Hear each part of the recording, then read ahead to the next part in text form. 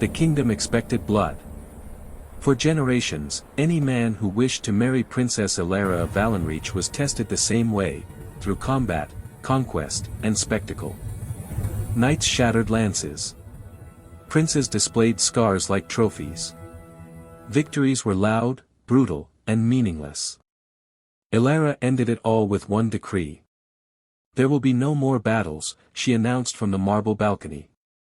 No more tournaments. Any man who wishes to stand beside me will face only one test. The court leaned forward. He will sit with me. Alone. And speak. Laughter followed. Then confusion. Then fear. Because men who could kill without hesitation often failed when forced to speak honestly. The first suitor arrived within a week, a young duke famous for his victories. He entered her private chamber armored in confidence. Elara dismissed the guards, poured wine herself, and asked him one question. Why do you want me? He spoke of alliances.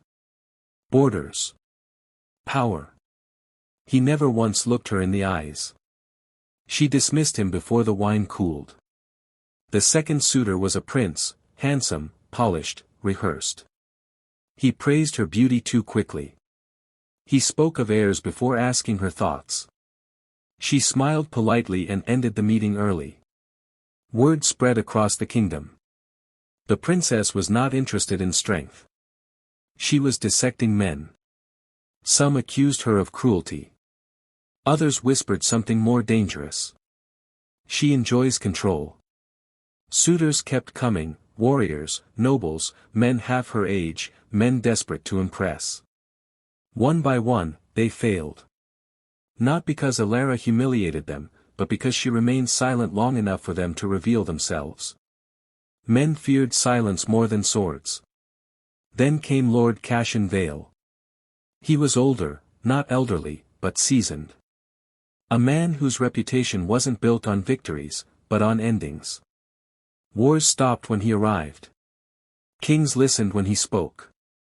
He wore no armor, only dark fabric and patience. When he entered Elara's chamber, he did not rush to speak. He waited. She noticed immediately. You know the rules, she said. I do, Cashin replied calmly. Then begin. No, he said softly. You will. The court later claimed the room froze at that moment. Elara studied him, the lines at his eyes, the steadiness of his breathing. Men usually tried to impress her. Cashin didn't try at all. Why do you want me? She asked. He didn't answer immediately. Because you're bored, he said finally. And dangerous. Her eyebrow lifted slightly, the first reaction she'd shown to any man. Explain. You don't test men to choose a husband, Cashin continued. You test them to understand how they break. You already rule this kingdom. You want someone who won't kneel too quickly, or too loudly. Silence filled the room again, heavier this time. And what do you want? She asked. Cashin met her gaze fully now. To see if the rumors are true. Which rumors? That you're not searching for love, he said, voice low, controlled.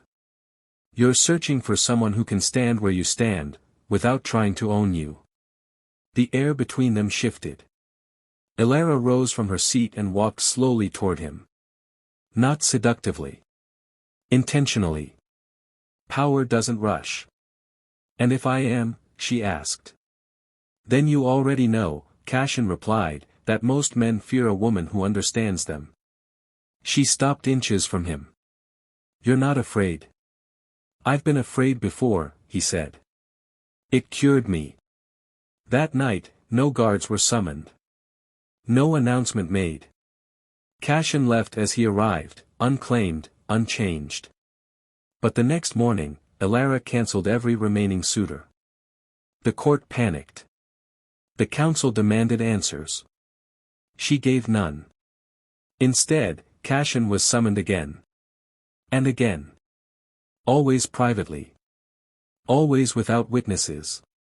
They spoke of history, of failure, of ambition.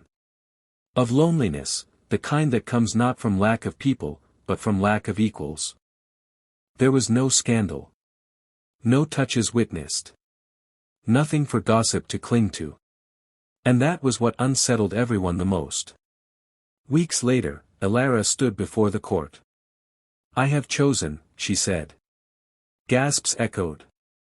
"Not a champion. Not a prince. Not a boy raised to impress me." Her eyes found Cashin. "I choose the man who never tried to." Cashin stepped forward. He did not kneel. She did not ask him to. History would later argue about what truly bound them: affection, respect, desire, or something rarer. But one thing was certain. The princess never tested men again. Because she had finally found one who didn't need to be tested at all.